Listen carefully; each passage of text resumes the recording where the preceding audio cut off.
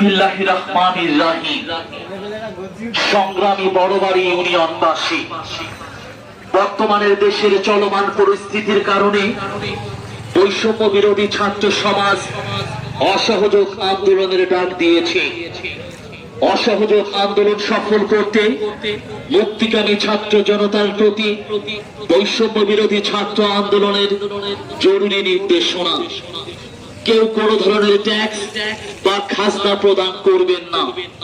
বিদ্যুৎ বিল, gas bill, পানির বিল সহ কোনো ধরনের বিল পরিশোধ করবেন না। সকল ধরনের সরকারি বেসরকারি প্রতিষ্ঠান, অফিস আদালত ও কলকারখানা বন্ধ থাকবে। আপনারা কেউ অফিসে যাবেন না, মাস শেষে বেতন তুলবে।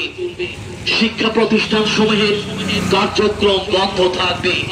প্রবাসীরা ব্যাংকিং চ্যানেলে কোন ধরনের রেমিটেন্স দেশে পাঠাবেন না। সকল ধরনের সরকারি সভা, সেমিনার আয়োজন বর্জন করবেন। বন্দরের কর্মীরা কাজে যোগ দিবেন না, কোন ধরনের পণ্য খালাস করবেন না। দেশের কোন কলকারখানা চলবে না। গার্মেন্টস শ্রমিক ভাই বোনেরা কাজে যাবেন না। গণপরিবহন বন্ধ থাকবে, শ্রমিকরা কেউ কাজে যাবেন না। জরুরি ব্যক্তিগত লেনদেনের জন্য প্রতি সপ্তাহের রবিবার ব্যাংকগুলো খোলা থাকবে। পুলিশ সদস্যরা রুটিন ডিউটি ব্যতীত কোন ধরনের প্রোটোকল ডিউটি, রায়ট ডিউটি ও প্রোটেস্ট ডিউটিতে যাবেন না। শুধুমাত্র থানা পুলিশ নিয়মিত থানার রুটিন ওয়ার্ক করবে। দেশ থেকে যেন একটি টাকাও পাচার না হয়। সকল অফশোর ট্রানজাকশন বন্ধ থাকবে। বিজিবি ও নৌবাহিনী ব্যতীত অন্য বাহিনী ক্যান্টনমেন্টের বাইরে ডিউটি পালন করবে না। বিজিবি ও নৌবাহিনী ব্যারাক ও কোস্টাল এলাকায় থাকবে। আমলারা সচিবালয়ে যাবেন না।